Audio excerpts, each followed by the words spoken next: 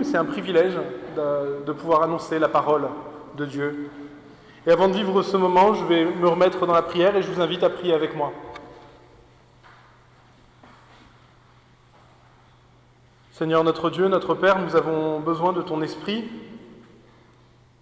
pas seulement parce que c'est le dimanche de Pentecôte, mais simplement parce que nous en avons besoin pour comprendre ta parole. Nous en avons besoin, Seigneur, pour que nos cœurs de pierre se tournent en cœurs de chair, pour que nos vies, qui sont parfois si stériles, se mettent à porter beaucoup de fruits.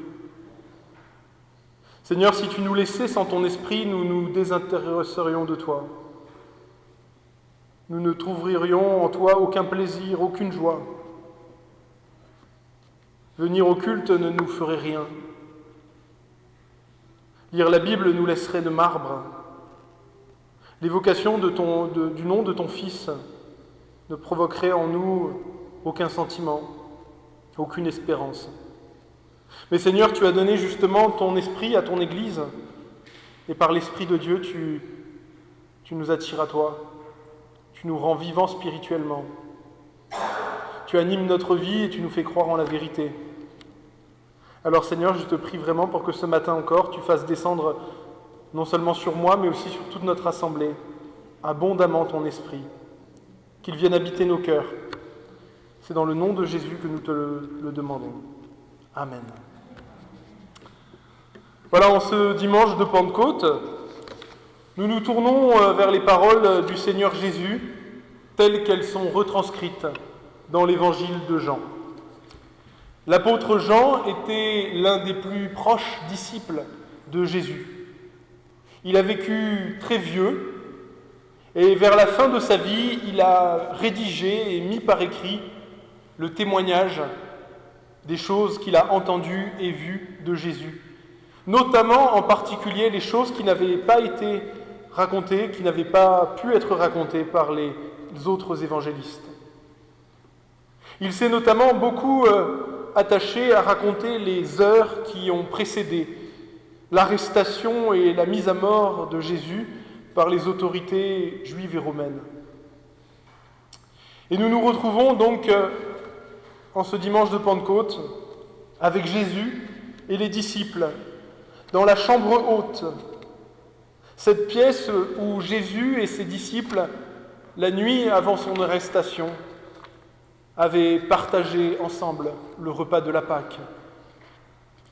Jésus s'était alors longuement exprimé à propos de différentes promesses et des événements qui allaient suivre à la fois sa mort, sa résurrection et son ascension au ciel. Il s'était notamment exprimé à propos de la venue du Saint-Esprit, et c'est pourquoi nous allons lire différents passages qui se situent dans ces chapitres, au chapitre 14, 15 et 16 de l'évangile de Jean. Je vais donc vous lire, et on va afficher.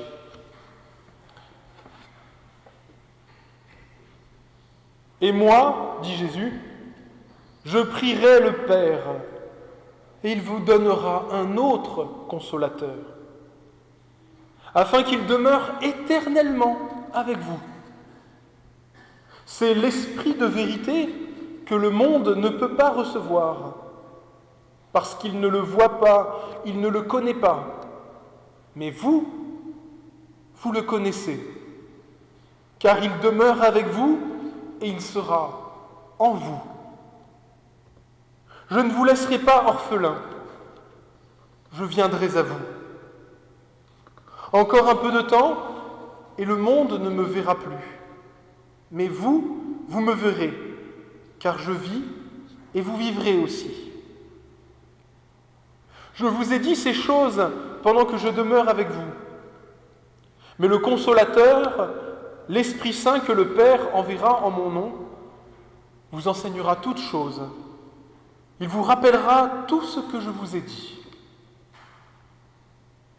Quand sera venu le Consolateur, que je vous enverrai de la part du Père, l'Esprit de vérité qui vient du Père, il rendra témoignage de moi.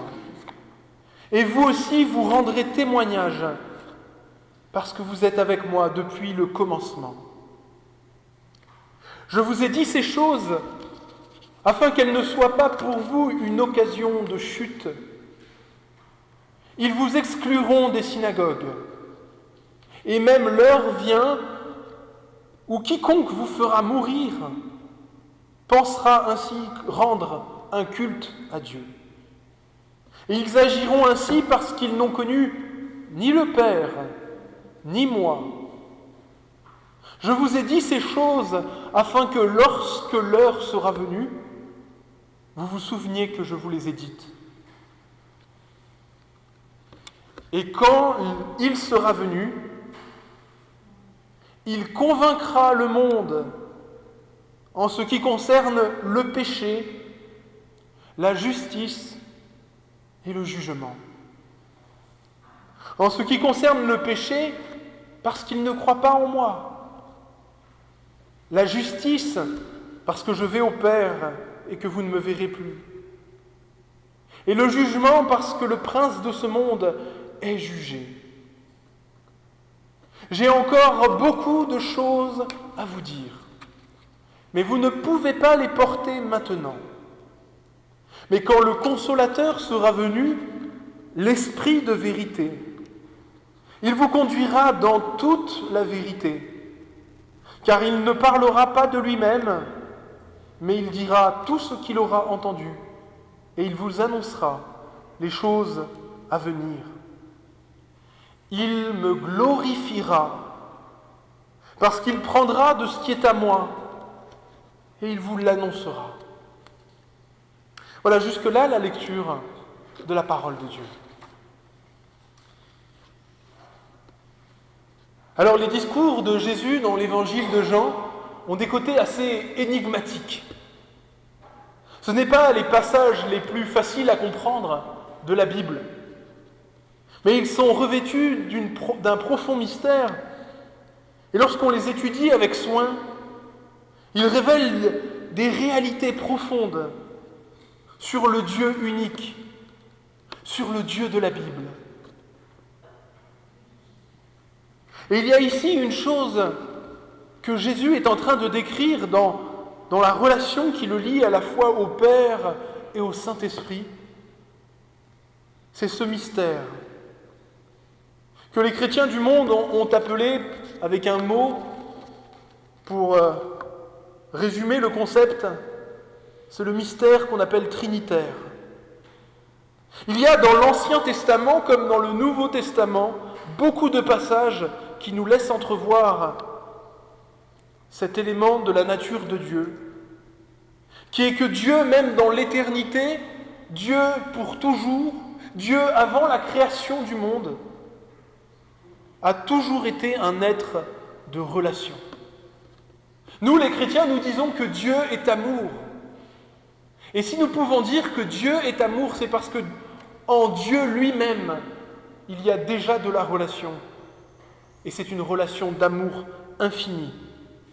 Amour qui lie en un seul Dieu le Père, le Fils et le Saint-Esprit.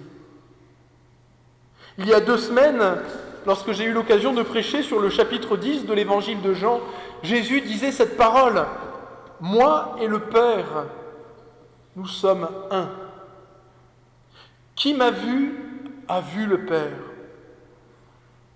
Et lorsque l'apôtre Thomas lui avait dit « Mais montre-nous le Père », Jésus avait dit « Mais je suis avec vous depuis si longtemps. Et tu ne me connais pas ?» Et ici, dans ce passage, Jésus parle de même de l'Esprit de Dieu.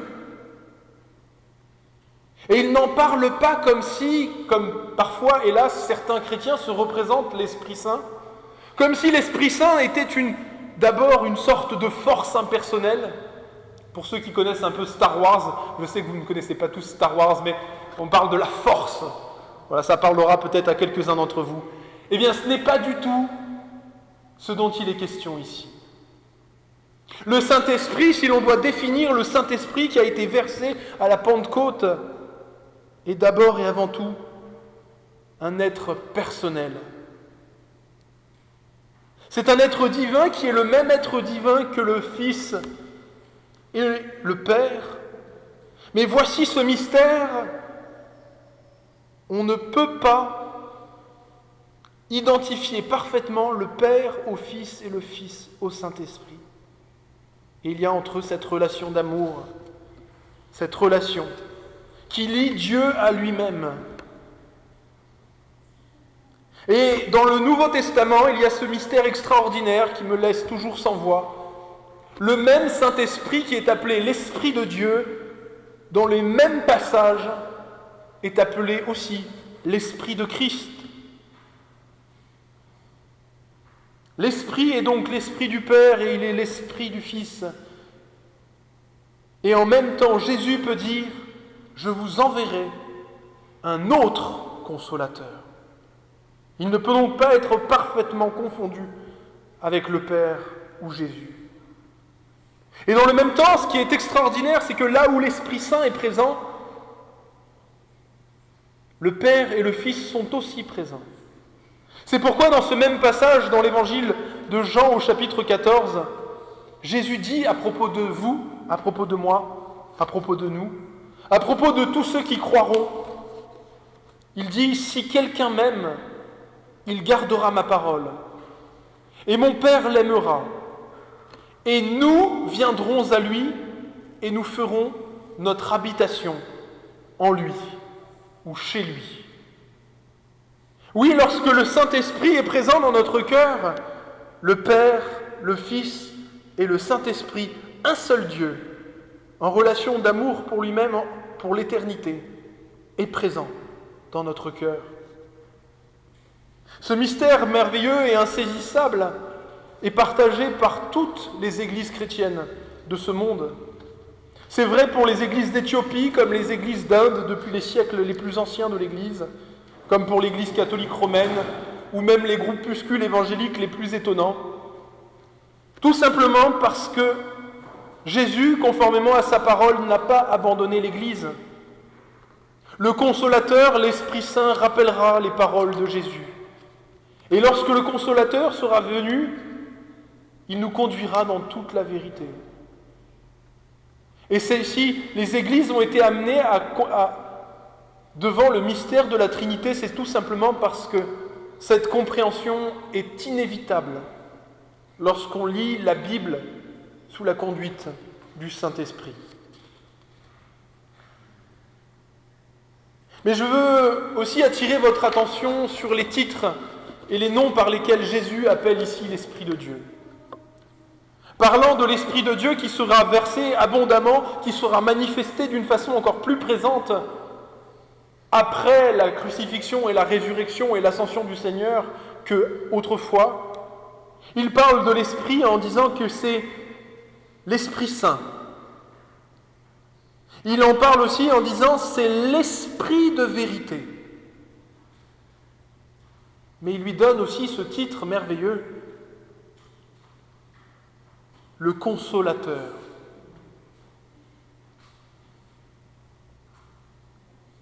Consolateur. Je vous enverrai, dit Jésus, un autre consolateur. Vous savez, quand Jésus était sur terre, une de ses caractéristiques, c'est qu'il était consolateur. Les gens qui avaient des démons venaient à lui et ils étaient délivrés. Ils étaient consolés. Ceux qui avaient des peines venaient à lui et il leur séchait leurs larmes. Ceux qui étaient malades, ils étaient guéris. Lorsque le Seigneur marchait sur terre et que ses disciples et ses amis et toute personne qui vivait à cette époque pouvaient s'approcher de lui, combien de cœurs a-t-il consolé? Et s'il faut décrire quelle sera l'action et l'œuvre du Saint-Esprit, il nous reste ce titre, celui de consolateur. Combien de cœurs, depuis la Pentecôte, ont été consolés? Combien parmi vous ont été consolés par le Saint-Esprit? Nous ne voyons plus Jésus avec nos propres yeux, nous ne le touchons plus avec nos propres mains, nous ne pouvons plus lui parler à son oreille, comme lorsqu'il était physiquement présent il y a 2000 ans. Mais pouvons-nous nous dire qu'il nous manque quelque chose? Pouvons-nous dire que nous avons été laissés orphelins? Non, nous ne le pouvons pas. Parce que le Père, le Fils et le Saint-Esprit sont encore présents à l'heure où nous parlons dans l'Église. Et Jésus continue à œuvrer de la même manière qu'il le faisait autrefois, guérissant ceux qui sont affligés et accablés. Venant aussi, et c'est aussi un passage ici dont il nous parle, venant aussi convaincre le monde de péché. Cela d'ailleurs nous pose une bonne question. Quand Jésus dit à propos du Consolateur, lorsque le Consolateur sera venu, il convaincra le monde en ce qui concerne le péché, la justice et le jugement. Vous voyez, ce n'est pas moi qui l'ai ajouté dans la Bible, parce que si moi on m'avait demandé « Comment fais-tu pour consoler les gens ?» Comment fais-tu pour consoler quelqu'un qui est condamné à mort ou quelqu'un qui a un cancer incurable? Je n'aurais pas forcément comme idée de lui parler en premier, en tout cas, du péché, de la justice et du jugement. Et pourtant, c'est aussi le péché, la justice et le jugement qu'annonce le Consolateur. Et Jésus, dans ce passage d'ailleurs, fait un rapport direct entre le péché et le fait que « car il ne croit pas en moi ». Et à ce moment-là, il a à l'esprit, dans son contexte particulier, une catégorie de personnes, en tout cas, qui rejetaient le plus la venue de Jésus. C'étaient les pharisiens. Les pharisiens étaient des gens, somme toute, moraux, des gens qui avaient une bonne moralité, et qui pensaient qu'ils étaient justes et bons devant Dieu. Et a priori, vu de l'extérieur, tout semblait en effet en ordre. Mais lorsque Dieu lui-même est descendu, tous les êtres humains, d'une manière ou d'une autre, ont dû être convaincus de péché. Et la preuve de la folie et du péché qui habite l'humanité, la preuve par absolue, en fait, que notre humanité ne va pas bien et qu'elle est malade, c'est que lorsque Dieu est venu, qu'avons-nous fait de lui? Lorsque la bonté et l'amour ont marché sur cette terre, qu'avons-nous fait de lui? Nous l'avons rejeté, nous lui avons craché dessus, nous l'avons insulté, et nous l'avons cloué à une croix.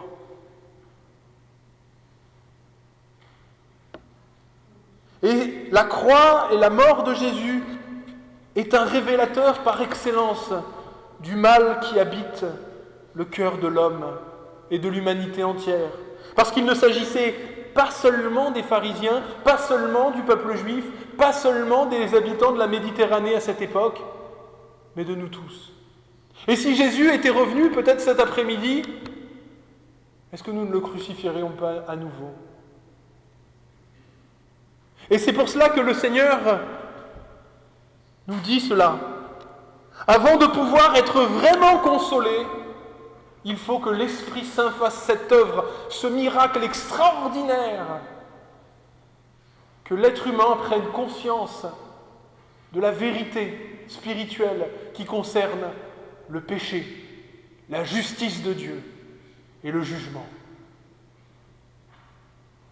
Je donnais tout à l'heure l'image d'un homme qui a un cancer. Quels mots pourrions-nous dire pour le consoler si son cancer le mène à la mort?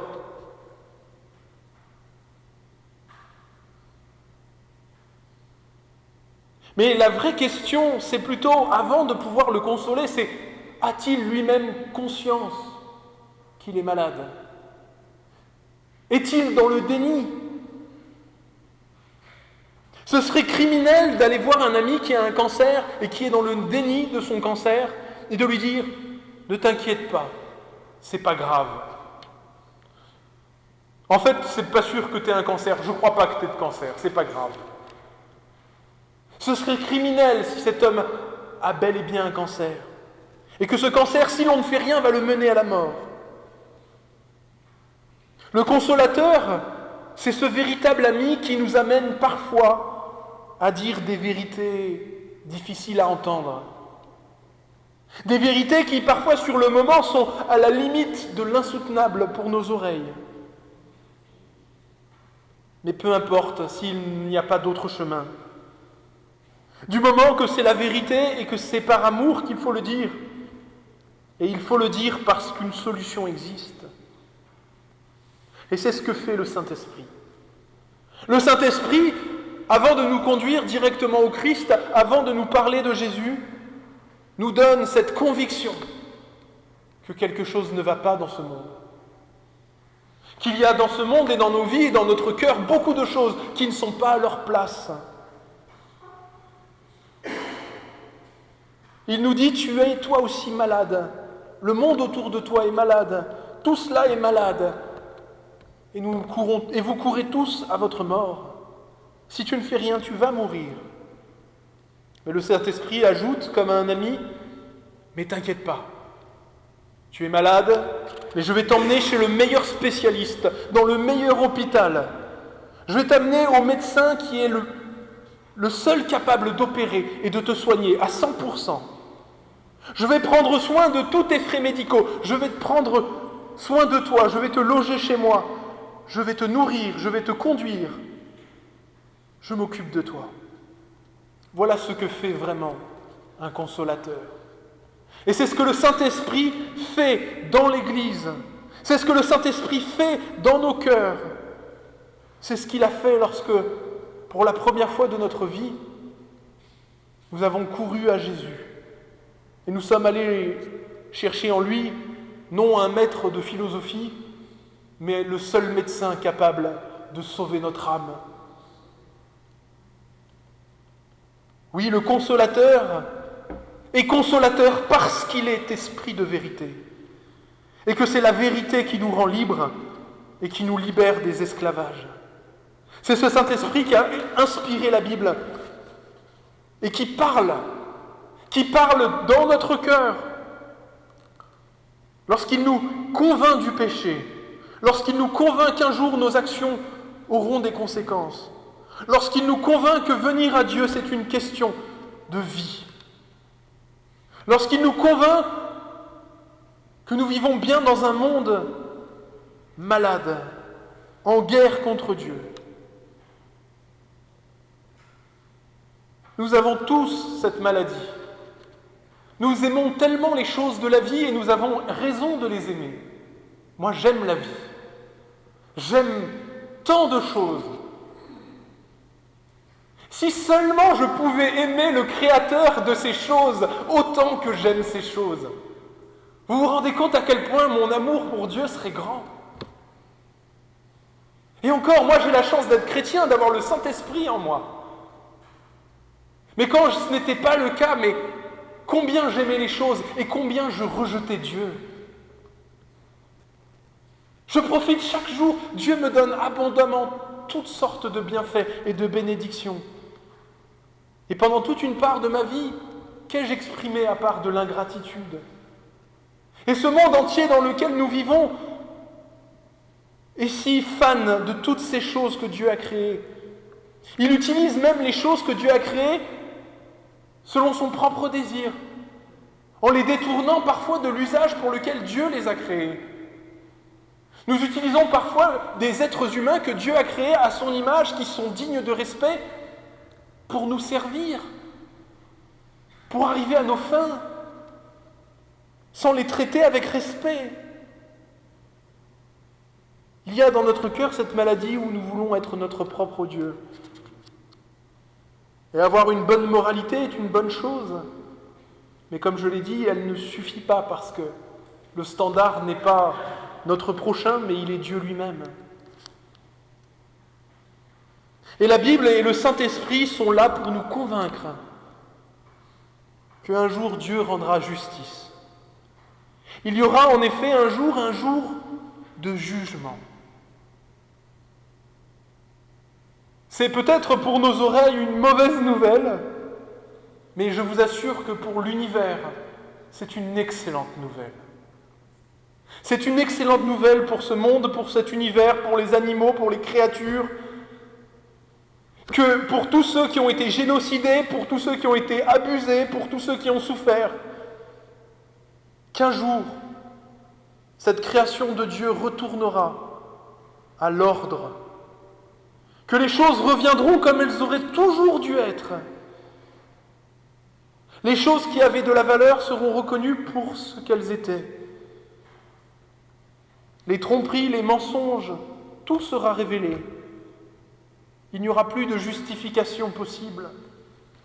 Toutes les forces et les puissances mauvaises, qu'elles soient dans le cœur des hommes ou dans les créatures célestes, tout ce qui perturbait l'ordre de l'univers sera détruit, neutralisé. L'humanité cessera de s'autodétruire. Nous ne détruirons plus la terre. Nous ne détruirons plus le monde. Nous ne pervertirons plus ni nos cœurs, ni ceux de nos prochains. Oui, c'est une bonne nouvelle pour le monde, car Dieu jugera ce monde. Alors ceux qui auront rejeté jusqu'au bout leur Créateur garderont leurs âmes immortelles, mais sans profiter de la création de Dieu. Malheureux seront alors ceux qui ont traité leurs prochains comme des objets, ceux qui se croyaient moraux mais qui ont rejeté Dieu lui-même, ceux qui voulaient se rassasier des créations de Dieu sans connaître le Créateur.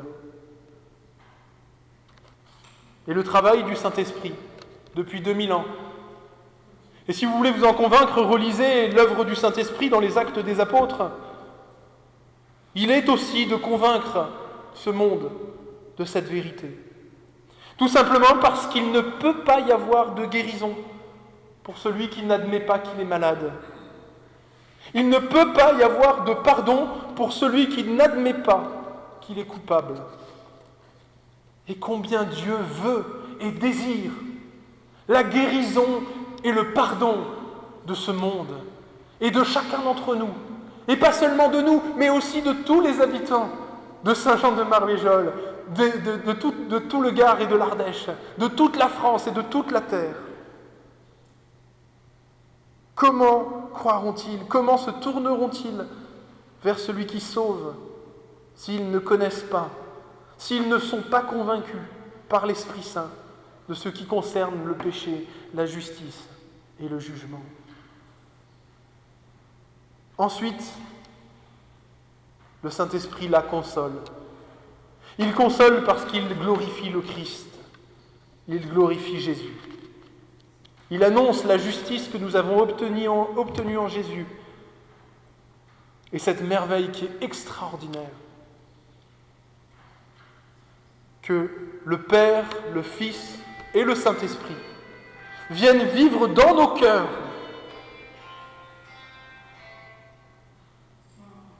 Jésus dit cette parole: « Si quelqu'un m'aime, il gardera ma parole, et mon Père l'aimera, et nous viendrons à lui, et nous ferons notre demeure chez lui. » Autrement dit, le Père, le Fils, le Saint-Esprit, Dieu tout entier, vivant dans la présence de notre vie, en nous-mêmes.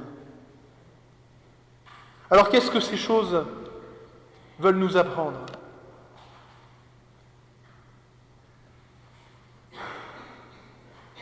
La première, c'est que l'Église n'existe pas par la puissance des mots humains. Dieu se sert des uns et des autres, il se sert de vous, il se sert de moi. Mais ce n'est pas, en fin de compte, nos mots, notre intelligence, notre éloquence qui compte le plus. C'est l'œuvre du Saint-Esprit. C'est une œuvre surnaturelle. Pour que quelqu'un qui vivait sa vie, un jour, recouvre la vue et s'aperçoive que Dieu est vivant et qu'il a besoin de Jésus. Pour qu'il se rende compte que oui, le bien et le mal existent vraiment et que dans son cœur, il y a cette bataille où seul Dieu peut l'emporter. Il faut vraiment qu'il y ait un miracle. Et ce miracle, c'est l'œuvre du Saint-Esprit. Et cela, c'est une promesse extraordinaire, c'est que le Seigneur a promis à ses apôtres, à ses disciples et à toute son Église que lorsque nous parlons avec sincérité et honnêteté, qu'un jour, oui, il y aura un jugement. Oui, qu'il y a du péché dans notre vie, dans celle de nos prochains. Oui, que pour Dieu, la justice sera rendue. Et que surtout, oui, Dieu a une solution. Il a envoyé Jésus. Lorsque nous annonçons cela, lorsque nous parlons du pardon, le Saint-Esprit accompagne notre parole. Et il y aura deux cas. Il y aura une résistance qui peut parfois aller jusqu'à la haine, jusqu'au rejet, jusqu'à la persécution. C'est ce que Jésus dit lorsqu'il dit « On vous fera mourir et certains croiront même rendre un culte à Dieu en vous tuant. » Parce qu'ils n'ont en vérité connu ni le Père ni moi. Jésus dit bien que parler en vérité du péché, de la justice et du jugement peut amener à être rejeté, à être haï. Mais il dit aussi que des gens croiront, parce que c'est l'œuvre du Saint-Esprit. Et que grâce à cela, des personnes seront sauvées et auront la vie éternelle. Et ce n'est pas un mythe, ce n'est pas une fable. Pas plus que le monde n'existe. Pas plus non plus, comme Jésus l'annonce, que le prince de ce monde est déjà jugé. Oui, regardez autour de vous. Le prince de ce monde, c'est-à-dire Satan, est déjà jugé. Jésus annonçait cela juste avant sa crucifixion, sa résurrection et son ascension. Il avait dit que le jour viendrait bientôt où toutes les nations de la terre entendraient parler de lui. Parce que Satan n'aura plus le pouvoir et la puissance de maintenir les peuples du monde dans l'ignorance. Il disait que, à partir de ce moment-là, les démoniaques seraient délivrés. Il y a encore dans ce monde des gens qui sont possédés par des démons, mais combien les démons se cachent. Lisez n'importe quel auteur de l'Antiquité et voyez comme pour eux, ils savaient que ces choses existaient. Ils n'en avaient aucun doute. Ils vivaient dans un monde rempli de miracles surnaturels. Ce n'est pas parce qu'ils étaient plus crédules, c'est simplement parce que les puissances surnaturelles du mal se déployaient sans avoir à se cacher. Parce qu'aujourd'hui encore, au nom de Jésus, les démons tremblent et fuient. Et au nom de Jésus, les hommes sont sauvés. Alors parlez, n'ayez pas peur. Partagez ces vérités avec vos enfants, avec vos proches, avec vos amis, lorsque le temps est opportun. N'hésitez pas. N'ayez pas peur. Peut-être vous serez rejetés, mais peut-être le Seigneur se servira de vous. Peut-être serez-vous pris par l'Esprit. Et l'Esprit agira et vous verrez de grandes choses. Croyez en lui. Croyez en ce Dieu qui habite au-dedans de votre vie et de votre cœur et qui vous convainc de justice, d'amour, de sainteté et de ce jugement dont Jésus a triomphé. Voilà, c'était, je crois, ce que le Seigneur voulait nous rappeler en ce dimanche de Pentecôte. Et je vais maintenant prier pour conclure. Je vous invite à la prière. Seigneur, notre Dieu et notre Père, il est raconté dans ta parole que lorsque l'être humain a péché la première fois, lorsqu'il a décidé de n'en faire qu'à sa tête, il a dû être chassé loin de ta présence. Mais dans ta parole, il est raconté comment, après le fait que Jésus soit mort à la croix pour nos fautes, qu'il a offert ainsi sa vie pour nous réconcilier avec toi, pour que la justice puisse être rendue sans détruire le pécheur, de sorte à ce que tu puisses rester tout à la fois saint tout en pardonnant. Il est raconté, Seigneur, comment est-ce que tu avais prévu que ta présence reviendrait habiter dans nos vies. Et tu dis ici, Seigneur, dans ta parole, que plus nous t'aimons, plus nous marchons avec toi, plus nous laissons tes paroles remplir notre cœur, plus tu te sens à l'aise. Plus le Père, le Fils et le Saint-Esprit habitent notre vie et nous transforment, et plus nous avons de joie, et plus tu en as aussi en nous. Ô Seigneur, comme elle est douce ta présence en nous, malgré parfois les paroles dures que nous pouvons entendre venant de toi, mais que tu nous dis pour notre salut. Seigneur, ce monde, ce même monde que tu veux convaincre et que tu convaincs depuis des siècles, tu veux le convaincre parce que tu l'as tant aimé. Seigneur, tu as tant aimé ce monde que tu as envoyé Jésus, afin que quiconque croit en lui ne périsse pas, mais qu'il ait la vie éternelle. Alors merci Seigneur d'avoir manifesté la puissance de ton esprit il y a 2000 ans. Merci de faire de nous un peuple de prophètes qui avons la charge d'annoncer au monde ton royaume, parce que ton règne vient, ça c'est une certitude. Alors accompagne Seigneur ton peuple ici présent de ton esprit. Donne-nous la joie et donne-nous le courage. Amen.